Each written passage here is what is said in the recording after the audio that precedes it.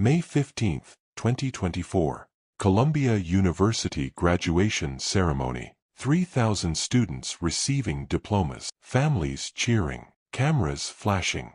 The culmination of 4 years of hard work, late nights, and academic achievement. Sarah Chen, 22 years old, valedictorian of the class of 2024, walked to the podium to deliver the commencement speech. 3.98 GPA, Phi Beta Kappa, multiple academic awards, full scholarship recipient, accepted to Harvard Law School for the fall. Her parents, David and Michelle Chen, sat in the 5th row. David, 52, successful real estate developer. Michelle, 50, corporate executive. Both had flown in from San Francisco that morning. First time they'd been to New York since Sarah started at Columbia 4 years ago. They expected their daughter to deliver a traditional speech. Gratitude, inspiration, looking toward the future. The usual commencement platitudes. Instead, Sarah began with a number, 47. She paused, letting the number settle over the audience. 47 is how many significant milestones I've had in my life. Graduations, competitions, awards, performances, championships. Moments when I achieved something worth celebrating. Moments when family should be present. Another pause. Parents in the audience shifted uncomfortably, unsure where this was going. My parents attended 3 of those 47 events. 3. Not 30. Not 20. 3. Which means they missed 44 milestones. 44 times when I stood on a stage, or a field, or a podium, looking for them in the crowd. 44 times when the seat reserved for my family stayed empty. David and Michelle Chen's faces went pale. Around them, people were turning to look. A few audience members pulled out phones, sensing something unusual was happening. Today is milestone number 47, my college graduation. And yes, my parents are here. Finally, after 46 absences, they made it to number 47. But I'm not celebrating with them today. I'm celebrating with the people who showed up. The people who were there for milestones 5 and 12 and 23 and 39. The strangers who became my family because my actual family was too busy building wealth to build a relationship. Sarah gestured to the audience. 4 people stood up, waving. Her roommate's parents, Karen and Tom Martinez. Her economics professor, Dr. Patricia Williams. Her debate team coach, James Morrison. Her boyfriend's mother, Linda Park. These people came to 41 of my 47 milestones. 41. More than 13 times as many as my own parents. And today, they're sitting in the family section. Because they earned it. Because showing up matters more than biology. The auditorium was completely silent except for the sound of phones recording.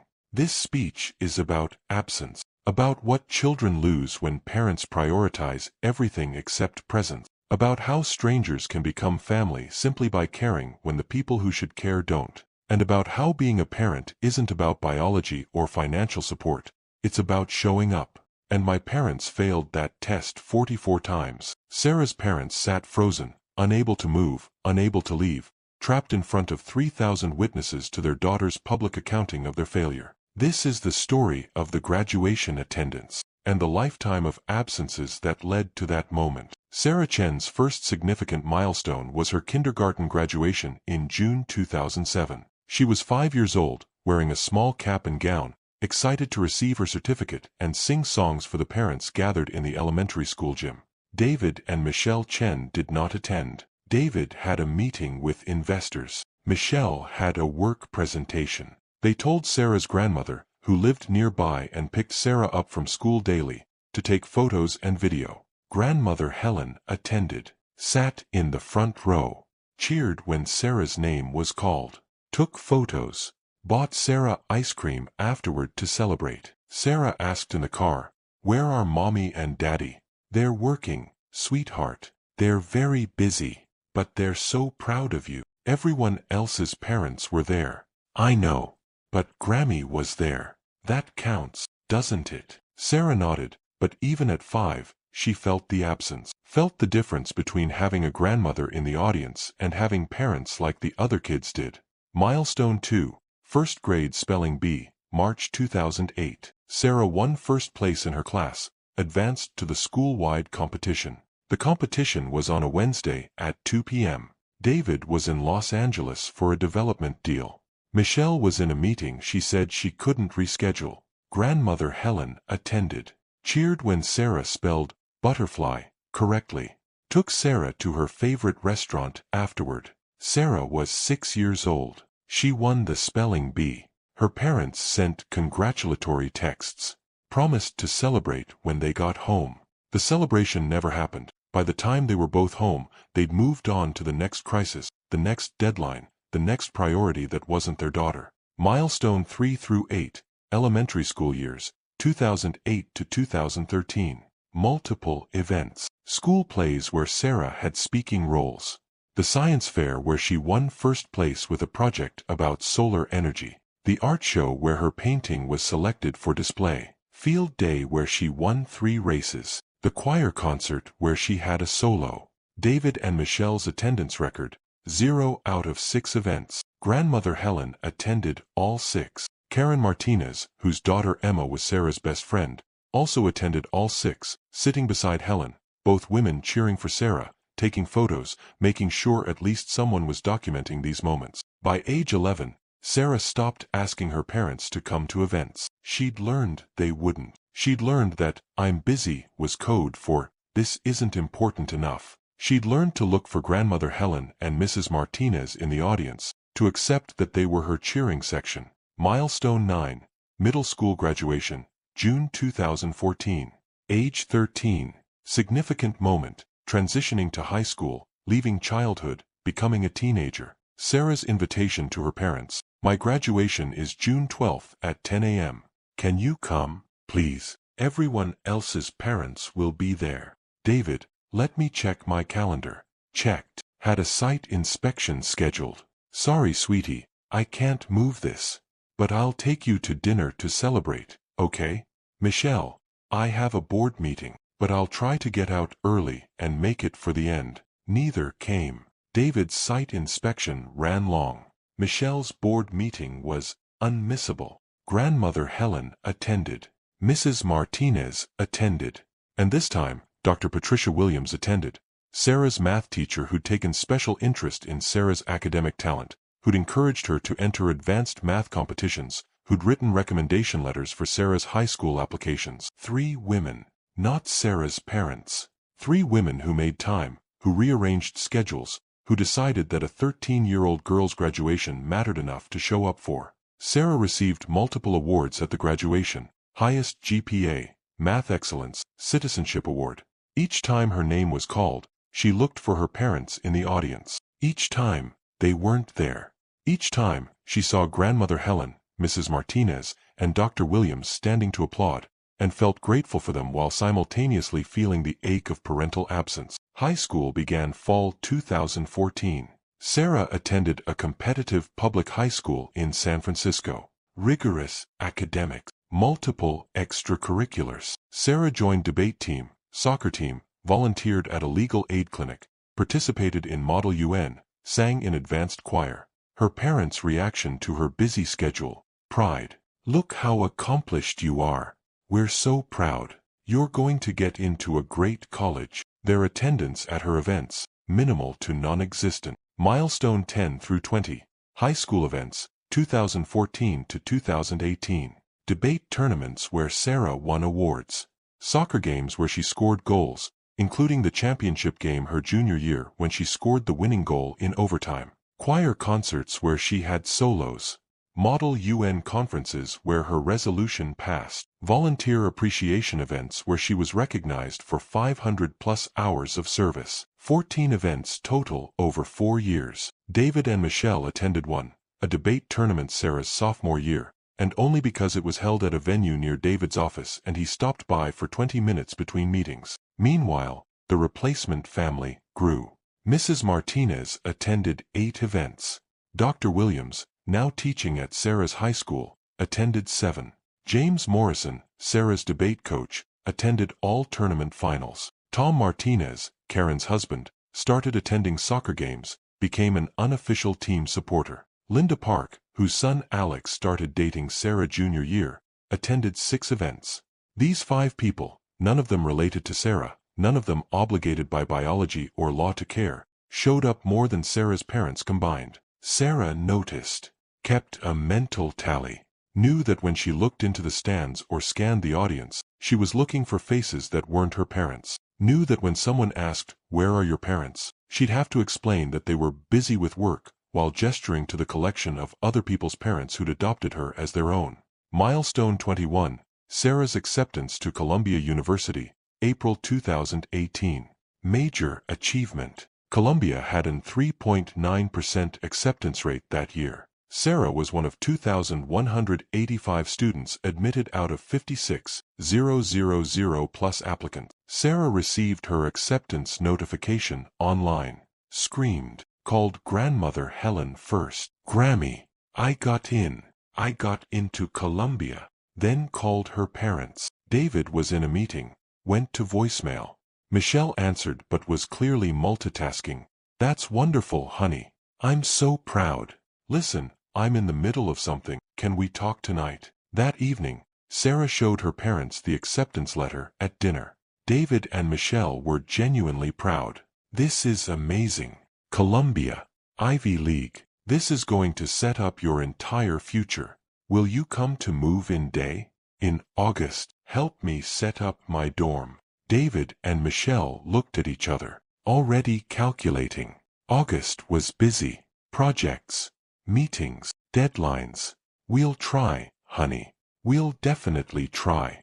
Milestone 22, high school graduation, June 2018. 4 years culminating in this moment. Sarah had been accepted to Columbia. She'd won multiple awards. She was giving a speech as salutatorian, second in her class. 2 weeks before graduation, Sarah asked her parents directly, "You're coming to graduation, right? You're definitely coming? I'm giving a speech. This is important." "Of course we're coming," Michelle said. "We wouldn't miss your high school graduation." "You missed my middle school graduation." "That was different. That was middle school. This is high school. This is important. We'll be there." Graduation day. Sarah wore her cap and gown, gave her speech about perseverance and community support, received her diploma, won 4 awards, looked for her parents in the audience. They weren't there. David texted 2 hours before ceremony, "Emergency at worksite. Permit issue. I'm so sorry. We'll celebrate this weekend, I promise." Michelle called 30 minutes before, "Your dad can't make it and I can't go alone. It'll be too awkward. We'll take you to dinner tomorrow night. We're so proud of you, sweetie." Sarah stood on stage, accepting her awards, giving her speech to 500 people, and in the audience sat grandmother Helen, Karen and Tom Martinez, Dr. Williams, James Morrison, Linda Park, and Alex Park, Sarah's boyfriend. 7 people. Not her parents. 7 people who'd rearranged their schedules, taken time off work, driven across the city to watch Sarah graduate high school. After the ceremony, they took Sarah to dinner, celebrated, took photos, made toasts, gave gifts. August 2018. Sarah moved to New York for Columbia. David and Michelle had promised to help with move-in day. They didn't come. David had a property closing that couldn't be rescheduled. Michelle had a merger negotiation. They sent Sarah a $5,000 check and hired professional movers to transport her belongings from San Francisco to New York. "We're so sorry, honey," Michelle said over FaceTime the night before move-in. "But this money will help you get settled. Buy whatever you need for your dorm. We'll visit soon, I promise." Grandmother Helen, 73 years old, flew to New York, spent 3 days helping Sarah unpack, organize her dorm room, navigate the campus, figure out the subway system, bought groceries, made sure Sarah had everything she needed. Karen Martinez also came, flew out with her daughter Emma, who was attending NYU. The 2 families had been intertwined for 13 years. Karen had attended more of Sarah's events than Sarah's own mother. It felt natural for her to be there for this milestone too. Sarah's roommate was Maya Patel, a film and media studies major from Chicago. Maya noticed immediately that Sarah's support system consisted of an elderly grandmother and a friend's mother rather than parents. "Where are your parents?" Maya asked on the second day, not rudely, just curious. "Working. They're busy. They sent money for movers."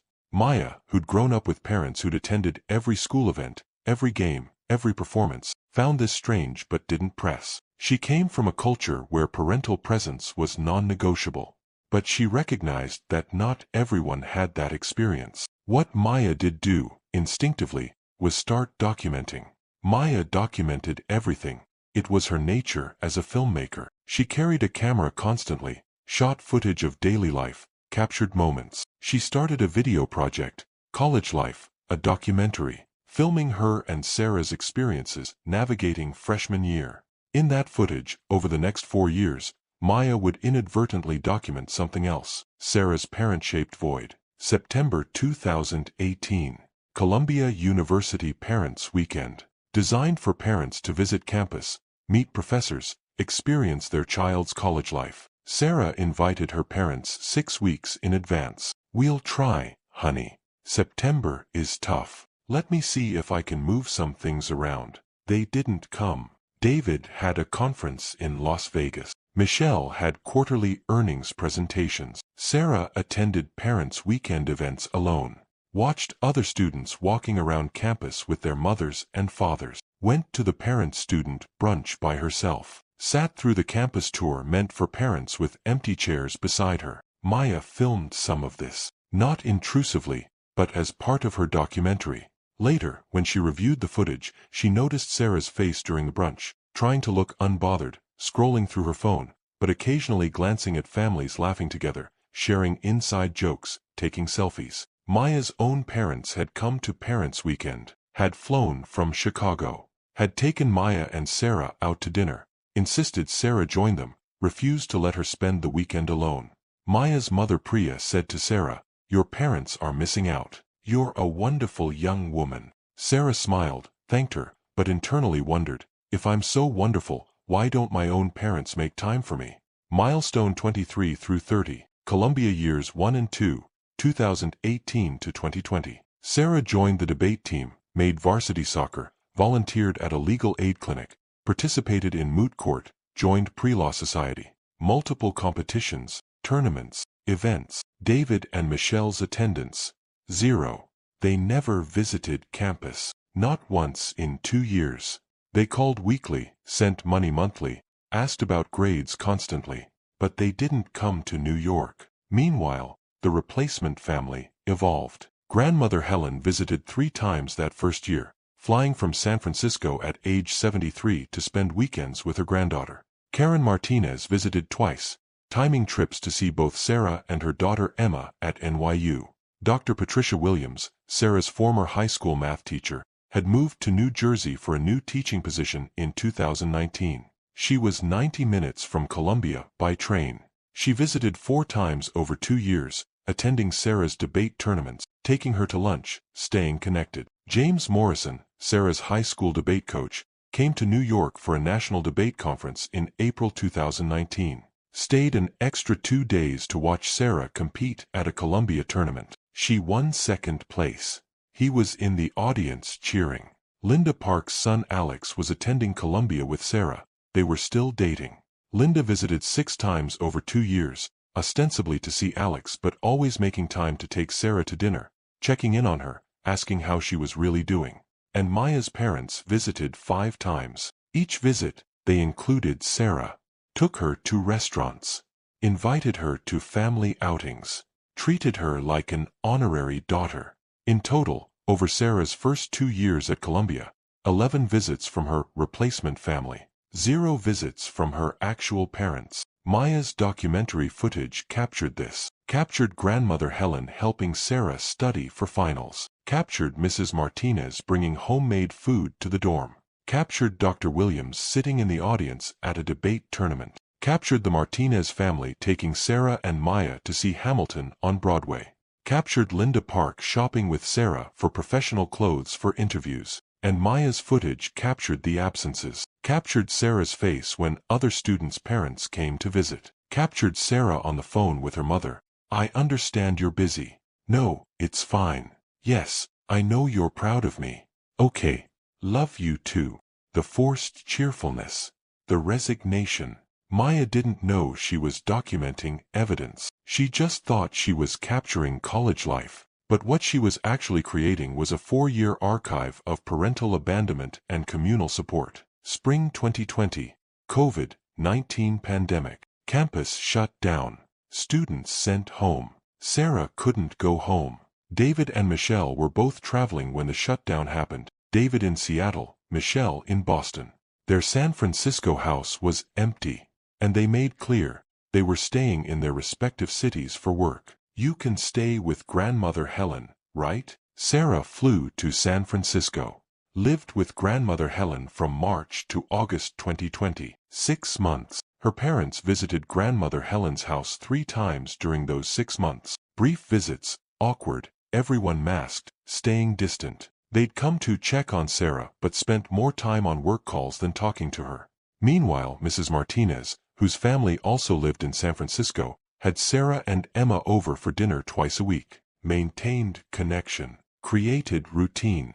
Made sure the girls didn't feel isolated. Maya, stuck in Chicago with her family, stayed in touch with Sarah via video calls. Continued filming. Now filming the pandemic experience, the isolation, the disconnection. Her documentary was evolving into something bigger than she'd intended. Fall 2020. Columbia reopened partially. Sarah returned to campus. Her parents still hadn't visited. Maybe in spring, they promised. When things settle down. Spring 2021. Things didn't settle down. But campuses were reopening more fully. Sarah's junior year was half in person, half remote. She competed in debate tournaments, played soccer games, volunteered at Legal Aid, achieved milestones. Her parents' attendance, 0. Milestone 31, Columbia Debate Team won Regionals, March 2021. Sarah was lead speaker. Major achievement. Tournament was held in New York, in person, with limited audience capacity due to COVID. Sarah texted her parents, "We won Regionals. I'm leading the team to Nationals next month. Nationals is in D.C. Will you come, please? It's the biggest competition of my college career." David, Nationals is when? April 23rd to 25th? Let me check. I might have a property inspection that week, but I'll try to move it. Michelle, that's the weekend of the board retreat. But it's so exciting. I'm so proud. Send us videos. Neither came to Nationals. Sarah's team won 3rd place nationally. She was named one of the top 10 collegiate debaters in the country. A massive achievement. In the audience, Dr. Williams, who'd taken the train from New Jersey. James Morrison, who'd flown from California specifically for this tournament. Maya's father Rajesh, who'd driven from Chicago to watch Sarah compete. Not in the audience, David and Michelle Chen, who were at a property inspection and a board retreat, respectively. Maya filmed Sarah's victory, filmed her receiving the trophy, filmed her scanning the audience for her parents, filmed her face when she saw Dr. Williams, Mr. Morrison, and Mr. Patel instead. The smile that was genuine but tinged with sadness. The gratitude for the people who showed up mixed with the ache of the people who didn't. After the tournament, Sarah went to dinner with her replacement family. They celebrated, took photos, toasted her success.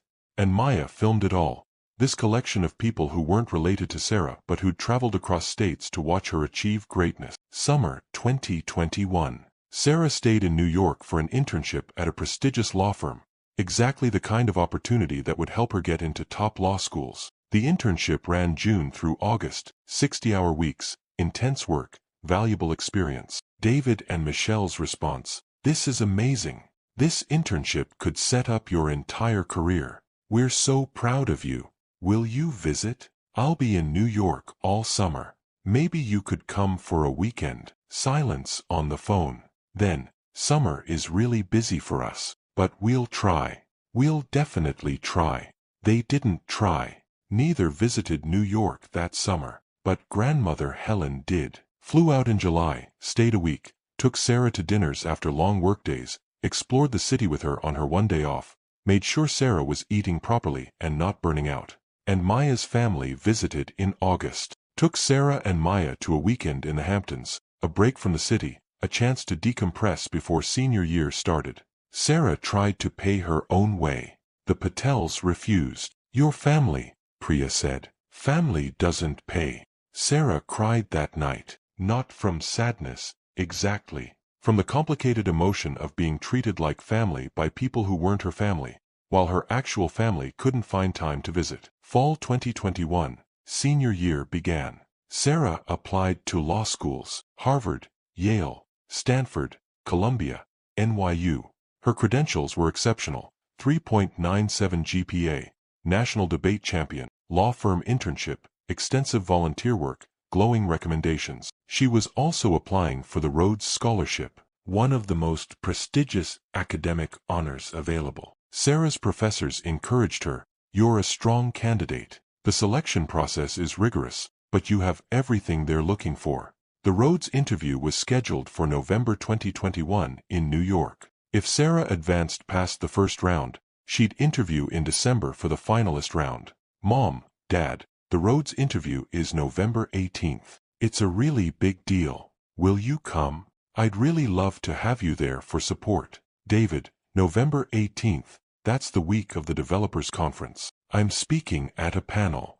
But this is huge. Good luck, sweetie. You've got this." Michelle, "That's incredible, Sarah. Rhodes Scholarship. Do you know how prestigious that is? I have a client presentation that week, but I'll be thinking of you. Let me know how it goes." Neither offered to come. November 18th, 2021. Sarah's Rhodes first round interview.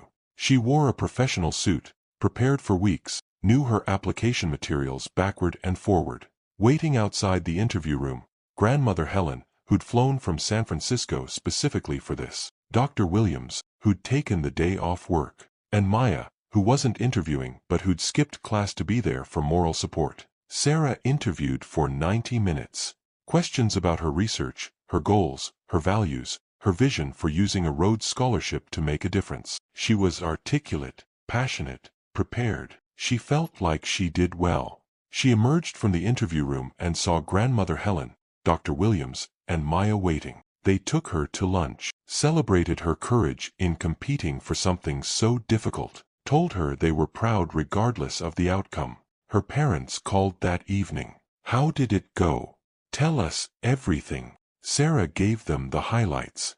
They sounded genuinely excited, asked good questions, told her how proud they were, but they hadn't been there, hadn't rearranged schedules, hadn't considered that having parents physically present might matter more than a congratulatory phone call after the fact. December 2021, Sarah advanced to Rhodes finalist round, top 40 students nationally. She'd interview again in early January. She was also notified of early acceptance to Harvard Law School, full scholarship, one of 50 students in the country receiving this offer.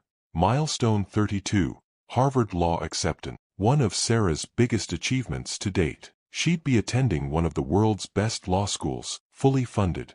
David and Michelle's reaction via phone. "Sarah, this is unbelievable. Harvard Law, full scholarship. Do you know what this means for your future? We need to celebrate. Will you come visit? We could celebrate in person." "Absolutely. Let's plan something. Maybe winter break. You'll be home for the holidays, right?" Sarah went home to San Francisco for winter break, December 20th to January 5th, 16 days. During those 16 days, her parents took her to dinner twice to celebrate Harvard. Both dinners were brief. David took work calls, Michelle was distracted by emails. The celebrations felt perfunctory, boxes to check. Meanwhile, the Martinez family invited Sarah to Christmas dinner. Dr. Williams invited her to a New Year's Day brunch. Linda Park took Sarah shopping for professional law school attire. These people filled Sarah's break with genuine celebration, while her parents filled it with distracted acknowledgement between work obligations. January 2022, Rhodes finalist interview. Sarah didn't win, Made it to the final 40 but not the final 32 selected. She was disappointed but not devastated. She'd competed at the highest level, and she had Harvard Law waiting. Her parents' response: "That's okay. You still got to the finals, and you have Harvard. That's what mattered." Grandmother Helen's response in person: "I'm so proud of how far you got. Competing for the Rhodes takes courage. The fact that you made it to finals is extraordinary. You're extraordinary." She'd flown to New York for the finalist interview. She'd been there. Spring 2022, Sarah's final semester at Columbia. She was finishing strong, on track to graduate summa cum laude, had multiple law review publications, was preparing her valedictorian speech.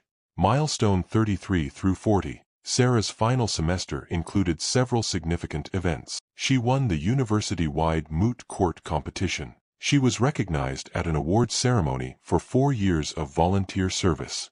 She published a paper that was selected for a prestigious journal. She gave a TED-style talk at Columbia about access to legal services for low-income communities. She was profiled in Columbia magazine as one of the top 25 graduates to watch.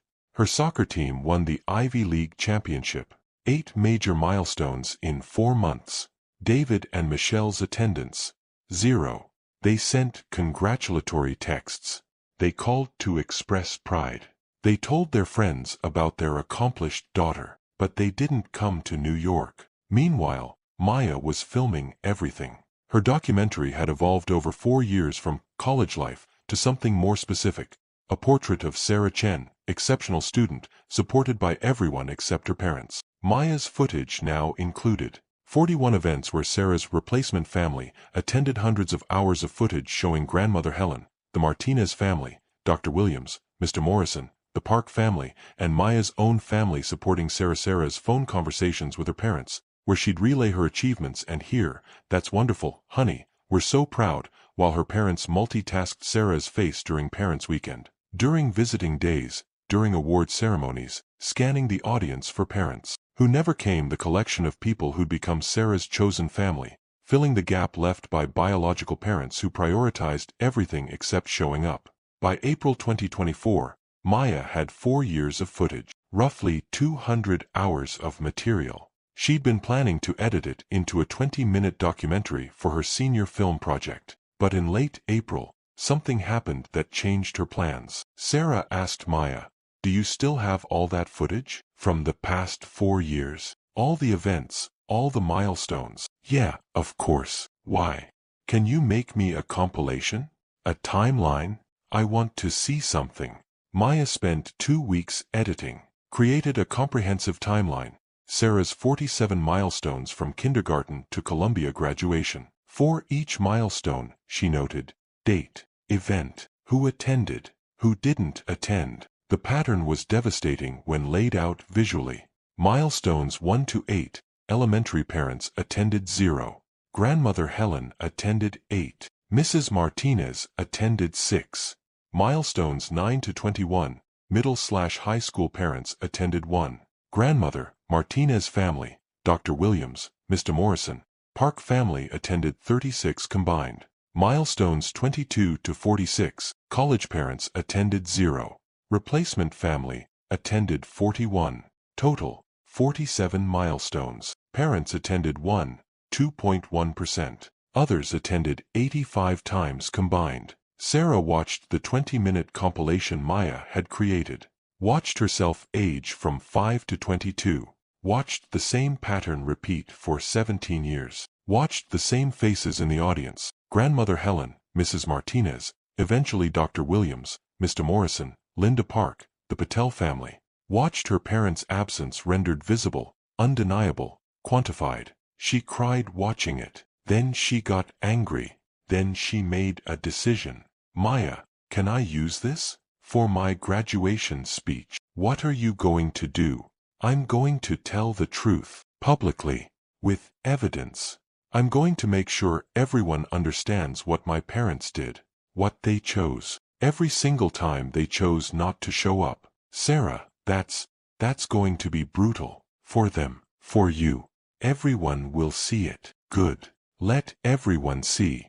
Let my parents sit in that audience and hear me tell 3,000 people that they failed as parents. They've had 22 years to show up. They didn't. Now they get to face that publicly. Maya hesitated, then, okay, but are you sure? This isn't just a family conversation. This is nuclear. This is public accountability on a scale that'll ruin them. They ruined me first. They just did it quietly, over decades, one absence at a time. I'm doing it loudly, once, with proof. Sarah spent the next 2 weeks preparing her graduation speech. May 14, 2024. Day before graduation.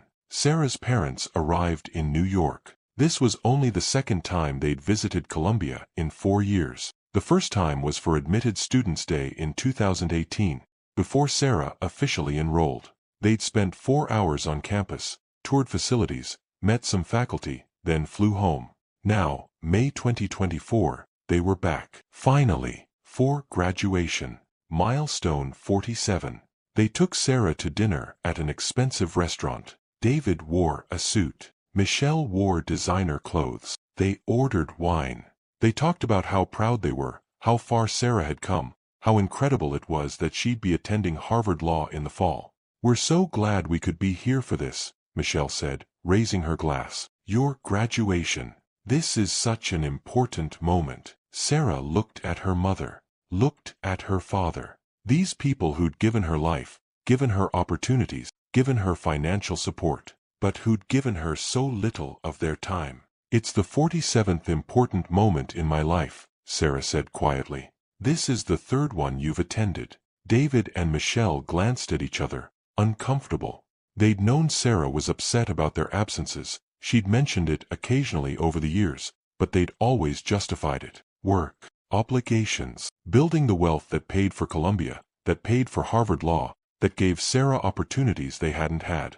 Sarah, we know we haven't been to everything, David started, but we've supported you in other ways, financially, emotionally.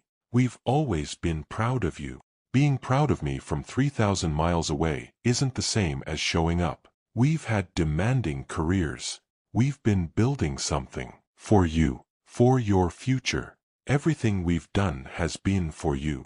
No, everything you've done has been for yourselves. You've built wealth. You've built status. You've built careers. You haven't built a relationship with your daughter. And tomorrow, I'm going to tell everyone that. Silence at the table. What do you mean? Michelle asked carefully. I'm giving the valedictorian speech tomorrow.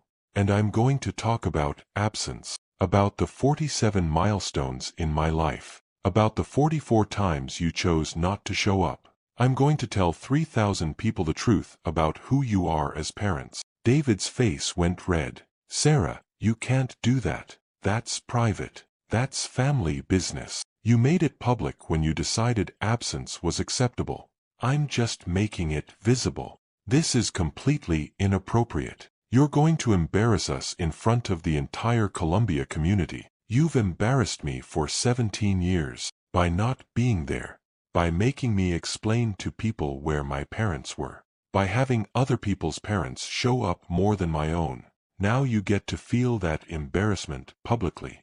That seems fair. Michelle tried a different approach. Honey, we understand you're upset, but a graduation speech isn't the place for this. Can we talk about this privately? Work through this as a family. We're not a family. A family shows up. A family prioritizes each other. We're biologically related people who've spent very little actual time together. And I'm done pretending otherwise. Sarah stood up from the table. I'll see you tomorrow at graduation. Try not to be late. She left her parents sitting at the restaurant, stunned and panicking. That night, David and Michelle debated what to do. Should they contact Columbia? Tell them Sarah was planning an inappropriate speech? Should they threaten to cut her off financially? Should they not attend the graduation at all? They decided to attend. They'd sit through the speech. They'd deal with whatever Sarah said. And afterward, they'd have a serious conversation about boundaries and respect. What they didn't know was the extent of what Sarah had prepared. They didn't know about Maya's 4 years of documentary footage. They didn't know about the timeline Sarah had created. They didn't know that Sarah wasn't planning a rant, she was planning a presentation. With evidence. May 15, 2024. Columbia graduation ceremony began at 10 a.m. 3,000 students. 15,000 family members and guests in attendance.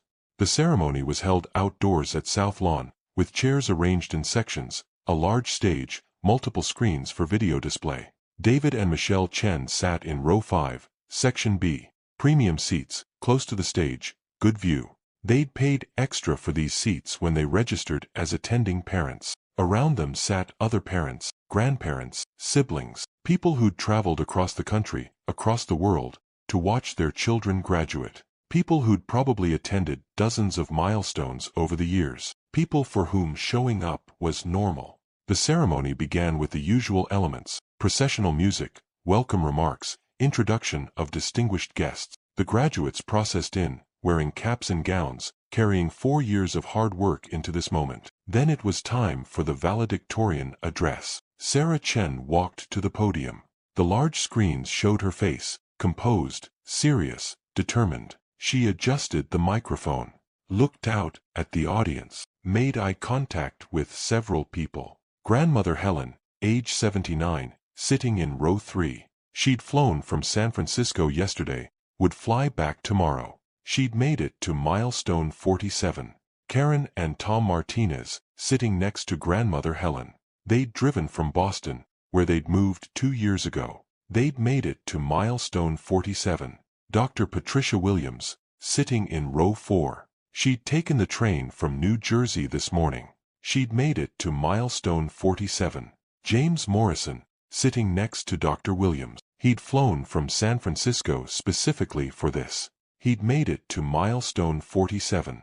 Linda and Alex Park, sitting in row 6. Alex was graduating too, but they'd come early to get good seats to watch Sarah's speech. They'd made it to milestone 47. Priya and Rajesh Patel, Maya's parents, sitting with Maya in the graduate section. They'd driven from Chicago. They'd made it to milestone 47. All of them there. All of them making time, rearranging schedules, traveling distances, to be present for this moment. And finally, Sarah made eye contact with her parents. Row 5, section B. David and Michelle Chen, finally present, finally here. For the first time in 4 years, for the third time in 17 years, for milestone 47. Sarah began her speech. 47. She let the word hang in the air. Behind her, on the large screens, a number appeared. 47. 47 is how many significant milestones I've had in my life. I counted them. Graduations, competitions, awards, performances, championships, publications, moments when I achieved something worth celebrating, moments when family should be present. On the screens, a timeline appeared. Maya's work, starting from 2007 to 2024, 47 dots marking 47 events. My parents attended 3 of those 47 events. 3 dots on the timeline turned green. The other 44 remained gray. 3, not 30, not 20, 3, which means they missed 44 milestones. 44 times when I stood on a stage, or a field, or a podium, looking for them in the crowd. 44 times when the seat reserved for my family stayed empty. The audience was completely silent. Parents in the crowd shifted uncomfortably. Some were already pulling out phones, sensing this was unusual, potentially viral. David and Michelle sat frozen, realizing this wasn't a brief mention, this was a full accounting. I want to be clear about what 44 absences looks like when spread over 17 years. So let me show you. On the screens, Maya's compilation began playing. A rapid montage. 5-year-old Sarah at kindergarten graduation, looking for her parents in the crowd, finding grandmother Helen instead. 6-year-old Sarah winning the spelling bee, holding her trophy, Grammy in the audience cheering. 8-year-old Sarah in a school play, bowing for applause, Mrs. Martinez recording on her phone. 11-year-old Sarah at middle school graduation, 3 women standing to applaud, not her parents. 14-year-old Sarah scoring a goal in the championship game, scanning the stands. 16-year-old Sarah winning debate nationals, celebrating with her coach. 18-year-old Sarah at high school graduation, giving her speech, replacement family in the audience. The montage continued. 17 years in 2 minutes. 44 milestones. The same pattern every time. Sarah achieving something, Sarah looking for her parents, Sarah finding other people instead. And interspersed, footage of those other people. Grandmother Helen at event after event. Mrs. Martinez cheering in stands after stands. Dr. Williams showing up.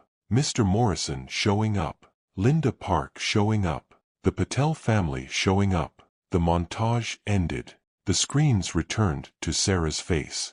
Those people you just saw, the people who were there for milestones 5 through 46, those are my replacement family. Sarah continued, her voice steady, the screens behind her showing faces from the audience, the people she was about to honor publicly.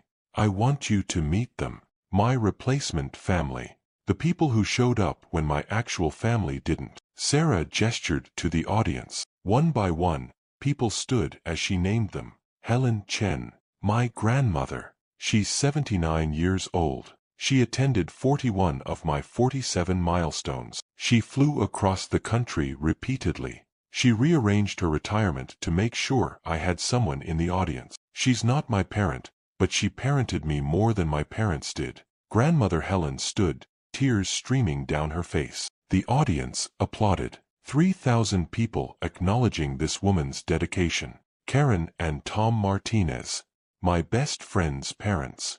They attended 38 of my milestones. They treated me like a second daughter. They came to my events even when their own daughter wasn't competing. They made space for me at their table, in their family, in their lives. The Martinezes stood. More applause. Karen was crying. Tom had his arm around her. Dr. Patricia Williams, my high school math teacher, now teaching in New Jersey. She attended 23 of my milestones. She drove hours to watch me compete. She believed in me when I didn't believe in myself. She showed up. Dr. Williams stood, visibly emotional. The applause was louder now.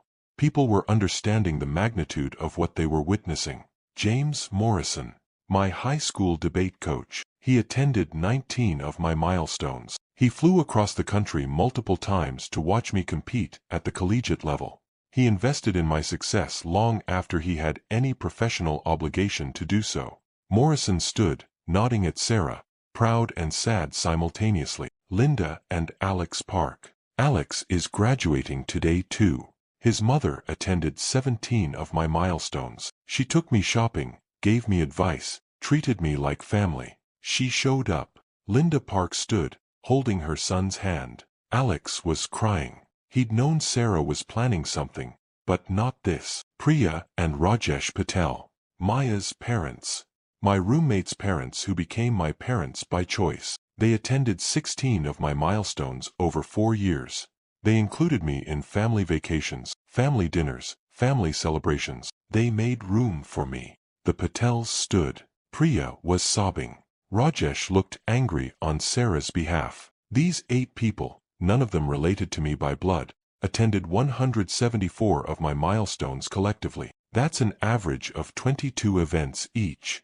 They showed up 174 times when my parents showed up 3 times. The screens showed the math. 174 versus 3. The disparity was staggering when visualized. And I know what some of you are thinking. Maybe my parents had good reason. Maybe they were working to provide for me. Maybe their absence was a sacrifice made for my benefit. Sarah paused, letting that potential defense hang in the air. Let me address that. My father is a real estate developer. My mother is a corporate executive. They are wealthy, very wealthy. They could afford to travel. They could afford to take time off. They made millions of dollars over the 17 years of my childhood and young adulthood. What they couldn't afford, apparently, was time. Not for me. Sarah pulled out a piece of paper, held it up. This is a timeline of my parents' travel over the past 4 years. Business trips, vacations, conferences. I got this from their social media, from their credit card statements that they accidentally left open on the home computer, from their public appearances. The screens showed a new timeline. David and Michelle's travels, 2020 to 2024. Colors indicating type of trip, red for business, blue for vacation. In the 4 years I attended Columbia, my parents traveled 83 times, 47 business trips, 36 vacations. They went to Hawaii 3 times, Europe twice, the Bahamas, Aspen, Tokyo, Dubai. They had time to travel the world. They didn't have time to visit their daughter in New York. Not once in 4 years. The audience was utterly silent except for the sound of people recording on their phones. This wasn't just a graduation speech. This was evidence-based prosecution. They'll say they were busy. They'll say they were building wealth for my future. But here's what's true. They were building wealth for themselves. They were living their lives. And I was a footnote in that life. An accomplishment to brag about. A success story to tell their friends. But not a person worth showing up for. Sarah's voice didn't waver. She'd practiced this. She'd prepared for every emotion she might feel. Right now, standing at this podium with 3,000 witnesses, she felt powerful. She felt heard. She felt, for the first time in her life, like her parents were being held accountable. Today is milestone 47, my college graduation. And yes, my parents are here. Sarah pointed directly at row 5, section B. The cameras followed.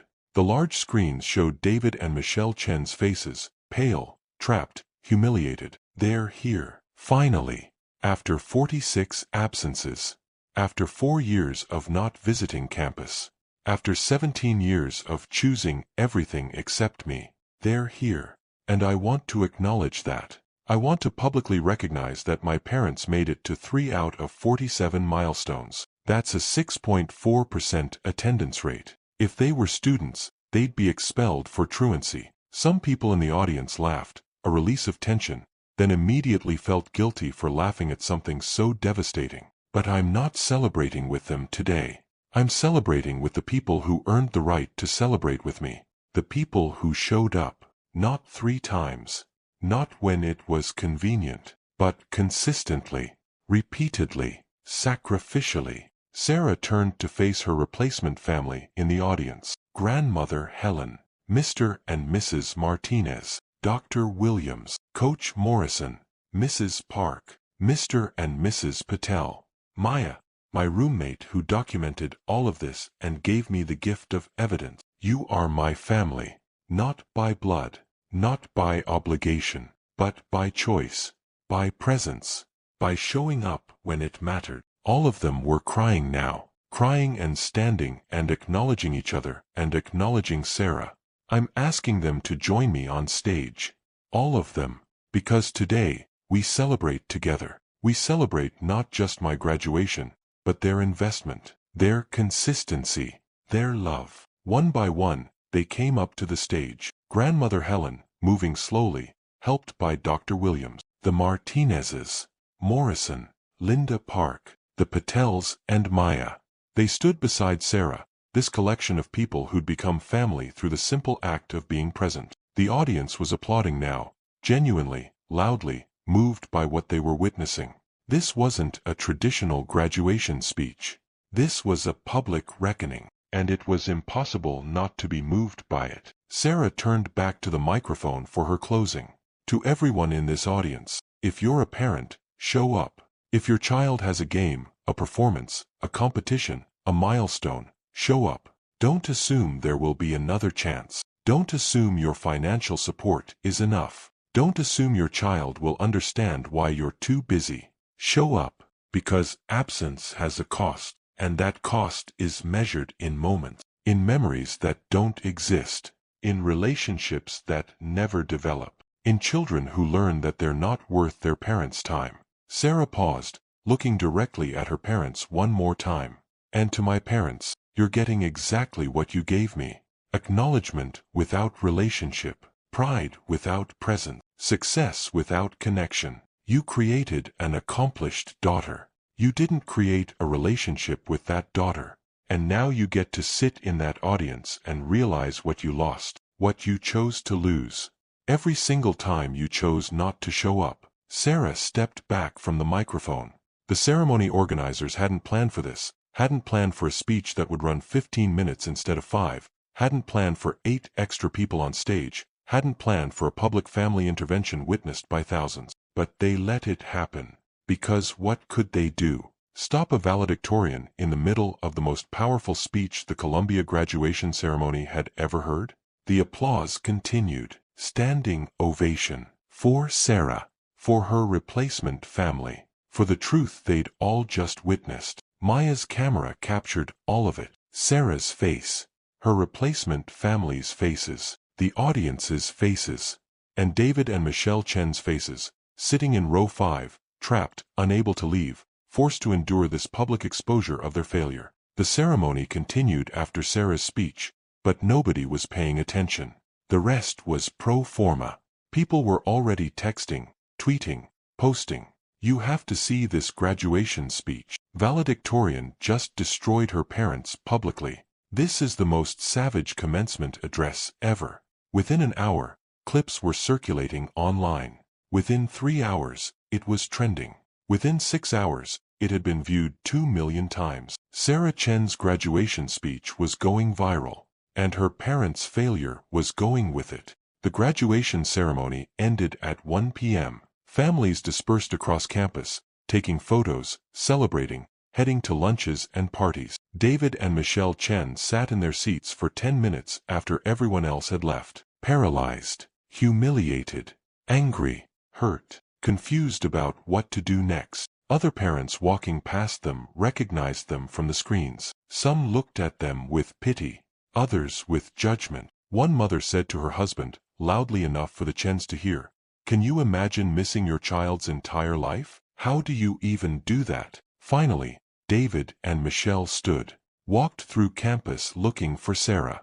She was surrounded by her replacement family, taking photos, laughing, crying happy tears. A celebration happening without them.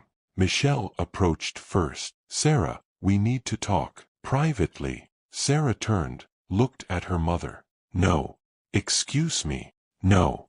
We're not talking privately. You made my childhood private. My loneliness private. My abandonment private. I made it public. Now it stays public." David stepped forward, trying to control his anger. "What you did up there was completely inappropriate. You humiliated us in front of thousands of people. You took private family matters and they weren't private. They were visible to everyone except you.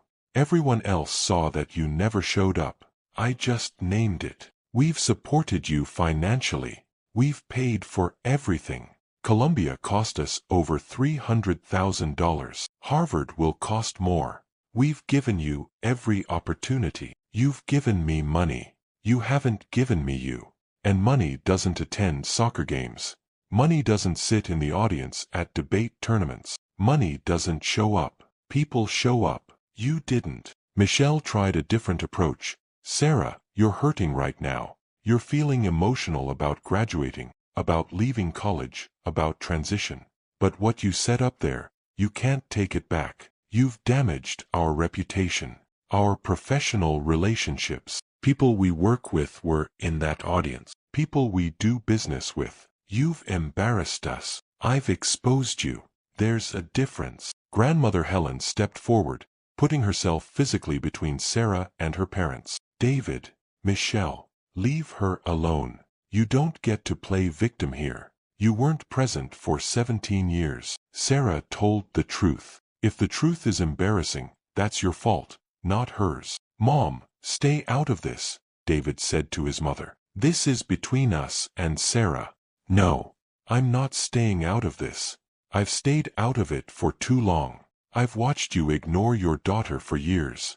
I've filled the gaps you left. I've been there when you weren't. And I'm done pretending that's okay. Sarah deserved better from you. She deserved parents who showed up. And since you didn't, other people did.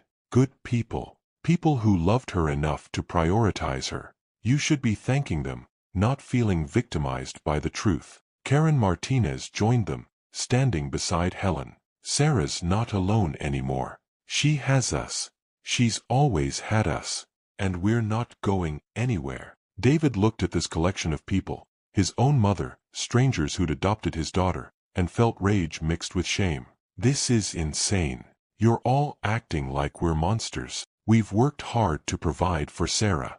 We've built wealth so she wouldn't struggle. You built wealth for yourselves, Dr. Williams interjected quietly. And Sarah didn't need wealth. She needed you. She needed parents. You gave her resources. These people gave her relationship. And now you're angry that she values relationship over resources. That says everything about you. David and Michelle realized this wasn't a conversation they could win. They were outnumbered. And worse, they were wrong. They knew it. Everyone knew it. And now 3 million people online knew it too. Michelle made one final attempt. Sarah, please, can we just have dinner tonight? Talk about this. Figure out how to move forward. Sarah looked at her mother, saw genuine distress there, but also saw the same pattern that had repeated her entire life. Show up when it's convenient, when the damage is done, when there's a crisis. Never show up consistently, preventatively, lovingly. No. I'm having dinner with my actual family. You're welcome to join us, but you don't get special time. You don't get private audience. You get what everyone gets, what you've always given me, the minimum. David's face turned red. Fine. We're leaving. We came to your graduation. We showed up, and you humiliated us. When you're ready to apologize, you know how to reach us. I'm not apologizing. You should apologize to me for 17 years of absence, but I'm not holding my breath. David and Michelle walked away, walked through Columbia's campus, past celebrating families, past joy they weren't part of, back to their hotel. They'd planned to stay through the weekend, take Sarah to nice dinners, celebrate, bond. Instead, they changed their flights, left New York that evening, flew back to San Francisco in silence, both of them scrolling through Twitter, watching their daughter's speech go viral, watching strangers analyze their parenting, watching their failure become a national conversation. By the time they landed in San Francisco at midnight, Sarah's speech had 12 million views. Think pieces were already being written. The graduation speech that exposed a generation's parenting crisis. Valedictorian destroys parents publicly. Here's why she was right to do it. The cost of absence. One daughter's public reckoning with parental neglect. David and Michelle's phones were flooded with messages. Some from friends. Are you okay? We saw the video. Some from colleagues. Is this really true? 47 milestones and you only attended 3. Some from strangers. You should be ashamed. That girl deserved better. And one message from someone they hadn't heard from in 2 years. Their younger daughter, Emily. Emily Chen was 16 years old. Sarah's younger sister by 6 years. She'd been experiencing the same pattern of parental absence, her parents missing her events, her milestones, her life. But she'd assumed it was normal. Assumed all parents were busy like hers. Assumed she was being unreasonable when she felt hurt by their absence. Then she watched Sarah's speech. Watched 17 years of abandonment quantified. Watched proof that their parents' absence wasn't normal, wasn't acceptable, wasn't something to just endure. Emily's text to her parents. I watched Sarah's speech. She counted 47 milestones in her life. I counted mine. I'm 16. I've had 28 milestones so far. You've been to 2. Sarah got a 6.4% attendance rate. I'm at 7%. We're not doing well, are we? I'm moving in with Grammy. I'll be gone by the time you get home. David read the text mid-flight. Showed Michelle.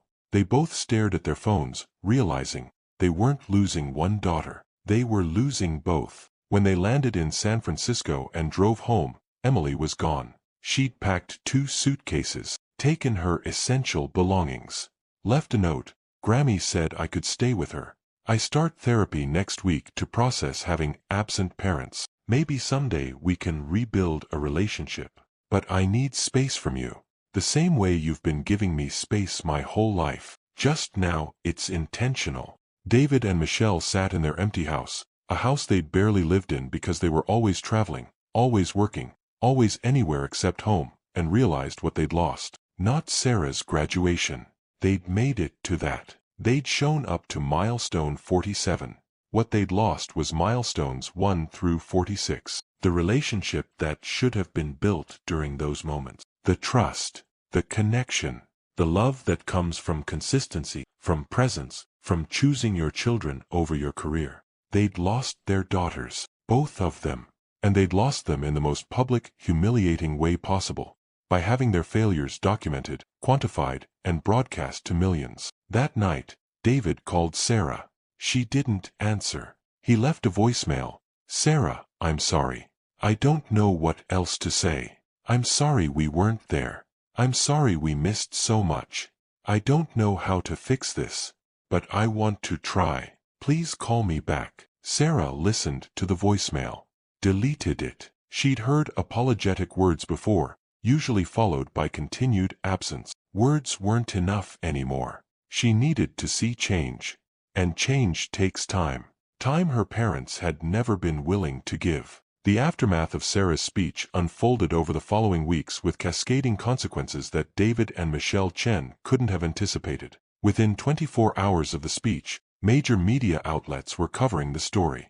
The New York Times, Valedictorian's viral speech exposes absent parent crisis among wealthy professionals. The Washington Post, when success costs too much, a daughter's public accounting of parental absence. CNN ran a segment analyzing the speech, bringing in psychologists to discuss the long-term impact of parental absence on children. Maya's full documentary, 4 years of footage showing the pattern of Sarah's abandonment and the replacement family that filled the gap, was released online with Sarah's permission. It was titled 47 Milestones. Within a week, it had been viewed 40 million times. The documentary was comprehensive. It showed Sarah as a child, searching for her parents in audiences, the consistent presence of grandmother Helen, the Martinezes, Dr. Williams, Coach Morrison, the Parks, the Patels' phone calls between Sarah and her parents where they promised to attend events, then didn't show up. David and Michelle's social media showing their luxury vacations juxtaposed with Sarah's competitions. They'd missed a timeline of 83 trips David and Michelle took over 4 years, versus 0 visits to Columbia interviews. With Sarah's replacement family about why they chose to show up for a child who wasn't theirs. The documentary was devastating in its thoroughness. It removed all ambiguity. This wasn't about misunderstanding or legitimate conflict. This was about documented, sustained, voluntary absence from a child's life by parents who had the resources to be present but chose not to be. The professional consequences for David and Michelle were immediate and severe. David's real estate firm, Chen Development Group, began receiving calls from partners and investors. Some were sympathetic. "We understand family matters are complicated." Others were judging. How can we trust someone to build communities when he couldn't build a relationship with his own child? 3 investors pulled out of upcoming projects, citing values misalignment. One wrote in his withdrawal letter, "Your daughter's speech showed me who you are. You prioritize profit over people. That's not someone I want to do business with." David's firm lost approximately $15 million in projected revenue within 2 weeks of the speech going viral. Michelle faced similar consequences. She was a senior executive at a tech company, responsible for corporate culture and employee development. The irony wasn't lost on her colleagues. She was advising the company on work-life balance while failing spectacularly at her own. Her CEO called her into a meeting. "Michelle, we need to discuss the situation. Your daughter's speech has become a PR problem. Employees are asking how someone who advocates for family-friendly policies could miss their own child's entire life. It's creating internal conflict. This is private. This is my family." It stopped being private when it became national news. "And it's affecting your credibility. You were scheduled to speak at 3 conferences about corporate culture. All 3 have uninvited you. The optics are terrible." Michelle was offered a choice: take a voluntary leave of absence, or face potential termination. She chose the leave, effective immediately. Both David and Michelle, within 3 weeks of Sarah's speech, had seen their professional reputations significantly damaged. They'd built careers on being successful, driven, accomplished. Now they were known as the parents who missed 44 of their daughter's milestones. But the professional consequences were nothing compared to the personal ones. Emily, Sarah's younger sister, had moved in with grandmother Helen. She started therapy, as promised. Her therapist helped her process years of feeling unimportant, of believing her parents' absence was normal, of internalizing the message that she wasn't worth their time. Emily started her own documentation project. She made a list of her 28 milestones, identified which ones her parents attended, 2, and which ones they missed, 26. Realized she wasn't being dramatic or unreasonable. Her parents genuinely had been absent. She wrote them a letter, delivered via email in early June 2024. Dear Mom and Dad, I'm not ready to see you yet. I don't know when I will be. Therapy is helping me understand that what you did, what you're still doing, isn't normal. Parents are supposed to show up, not occasionally, not when it's convenient, consistently. Sarah's speech made me realize I've spent my whole life making excuses for you. They're busy. They're providing for us. They're working hard. But those are excuses. They're not reasons. They're justifications for choosing yourselves over your children. I'm 16.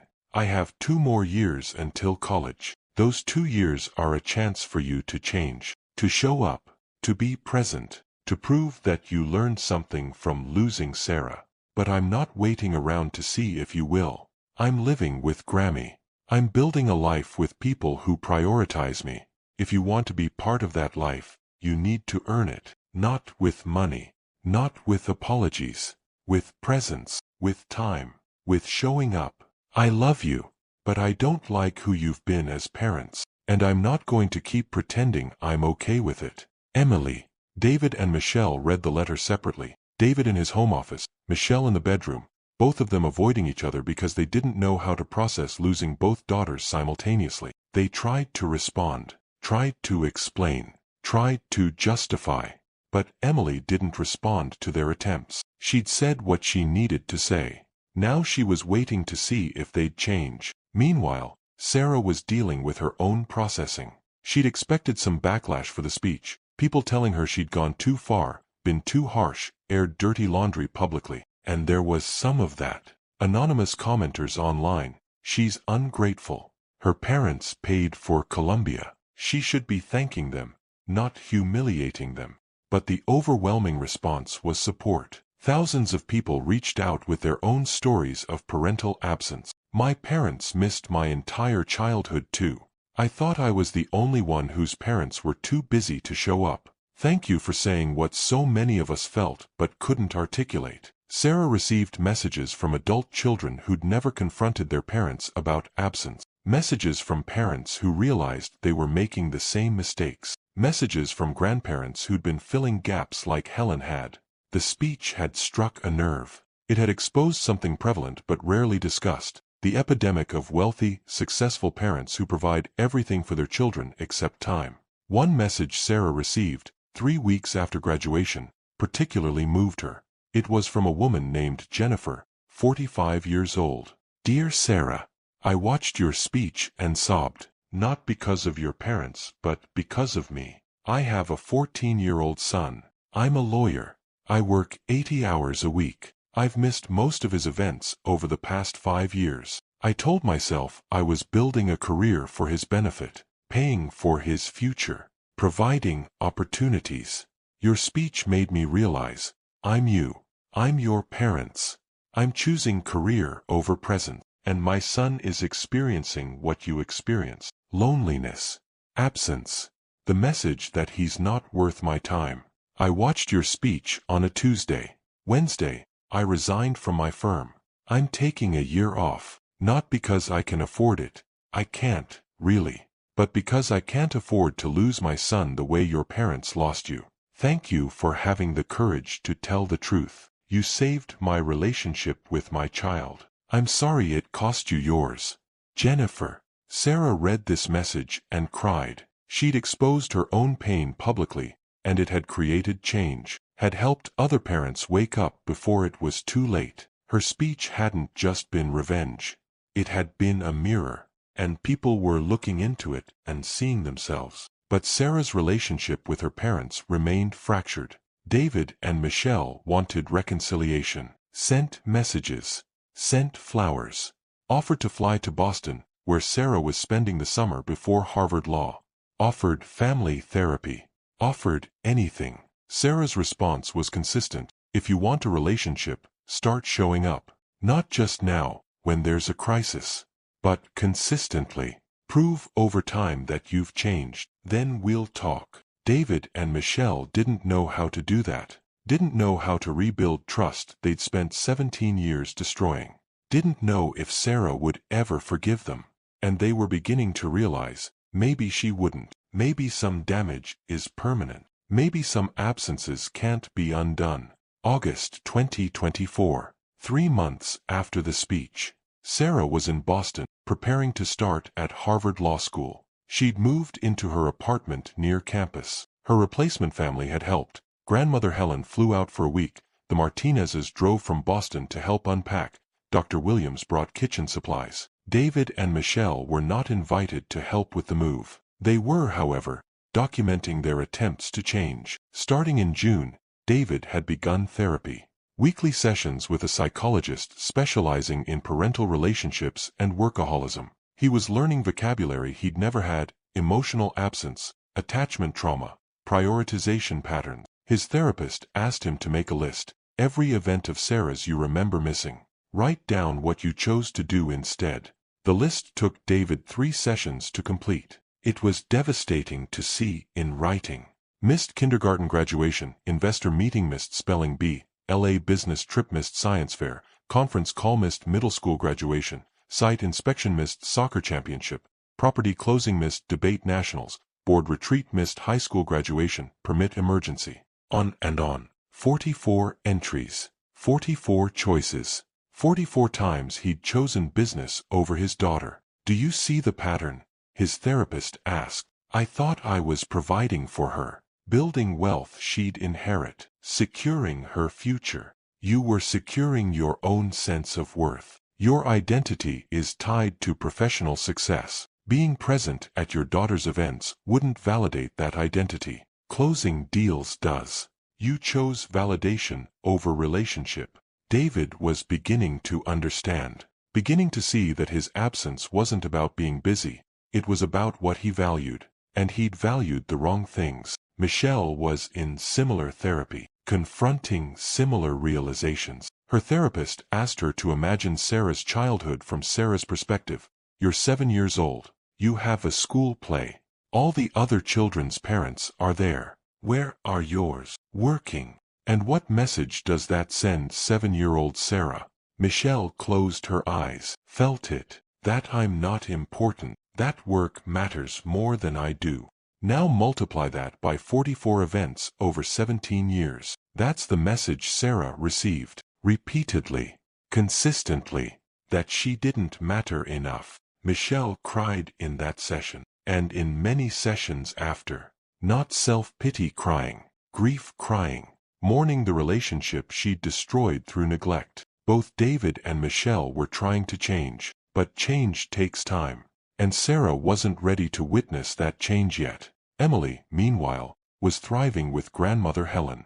She'd enrolled in a new school for her junior year, one closer to Helen's house. She'd joined theater, made new friends, started performing in ways she never had when living with her absent parents. David and Michelle asked to attend one of Emily's performances in October 2024. A school play where Emily had a leading role. Emily hesitated, then agreed. You can come, but you don't get special treatment. You sit with the regular audience, and if you're late, you don't get to come in. Doors close at 7 p.m. Show up or don't. October 15th, 2024. 7 p.m. The school auditorium. Emily's play was beginning. David and Michelle arrived at 6:30 p.m., 30 minutes early. They sat in the audience among other parents, students, community members. They watched Emily perform. She was talented, confident, funny, commanding the stage. After the show, Emily met them in the lobby. Nervous. This was the first event they'd attended in over a year. You came, Emily said. Of course we came, Michelle said. You invited us. You've been invited to 26 other things. You came to 2 of those. So of course, doesn't mean what you think it means. David, choosing words carefully. "You're right, we have a terrible track record. But we're trying to change that. This is the first step. We want to be at the next one, and the one after that, and the one after that. We'll see." It was all Emily was willing to give. Not forgiveness, not reconciliation, just acknowledgement that they'd shown up once. Now they needed to prove they could show up consistently. Over the following year, David and Michelle attended every event Emily invited them to. Her winter concert, her spring play, her debate competition, her soccer games. Milestone after milestone, they showed up. Not perfectly. They were awkward, unsure how to be present parents after years of absence, but they were there, physically present. And slowly, tentatively, Emily began to trust that maybe they were changing. Sarah, however, remained distant. She'd gone to Harvard Law, was excelling academically, had made new friends, had her replacement family visiting regularly, had Alex Park. They were still dating long distance. She didn't need her parents anymore, had learned to live without them, and she wasn't sure she wanted to relearn how to include them. David and Michelle sent letters, sent updates, documented their therapy progress, shared their attempts to change, but Sarah rarely responded. In March 2025, nearly a year after the viral speech, Sarah finally agreed to family therapy. One session, just to see. They sat in a therapist's office in Boston. Sarah, David, Michelle. Emily was invited but declined. She was on her own journey. The therapist asked Sarah, "What do you need from your parents?" "I needed them to show up. For 17 years. They didn't. Now I don't know if I need anything from them. Is there any path to reconciliation? Maybe. If they prove, over years, not months, that they've actually changed. If they show up for Emily consistently. If they demonstrate that they understand the harm they caused and are committed to being different people. Maybe then." The therapist turned to David and Michelle. "What do you want to say to Sarah?" David spoke first. "I'm sorry. That's inadequate, but it's true. I'm sorry I missed your childhood. I'm sorry I prioritized everything except you. I'm sorry I didn't realize what I was doing until it was too late to fix it. I'm sorry I made you feel worthless when you're the most valuable thing in my life. I'm sorry it took you humiliating me publicly for me to wake up. I'm sorry I can't give you the childhood you deserved, but I want to give you a future where you have a father. If you'll let me." Michelle continued, "I'm sorry too, for all the same reasons. And for one more, I'm sorry I modeled terrible priorities for you. I taught you that career success matters more than relationships, that providing financially is the same as being present, that children should understand when parents are busy. I taught you wrong things, and you had to unlearn them.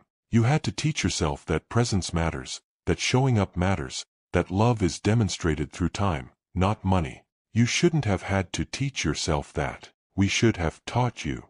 We failed, and I'm so deeply sorry." Sarah listened, heard the words, saw the emotion behind them, genuine, not performative, saw two people who were actually trying to change. But words weren't enough. She needed to see sustained change, and that would take years. "I appreciate you saying that," Sarah said.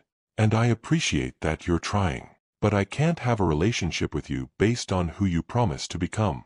I need to see who you actually become. So keep going to therapy. Keep showing up for Emily. Keep proving that you've changed. And in a few years, if you've been consistent, we'll talk about rebuilding.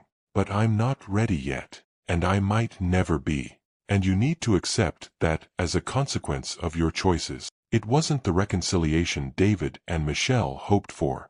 But it was honest, and it was more than they deserved." They left the session understanding. They'd lost 17 years. They couldn't get those back. The best they could do was not lose the next 17 years. With Emily. And maybe, someday with Sarah. May 15, 2025. 1 year after Sarah's viral speech.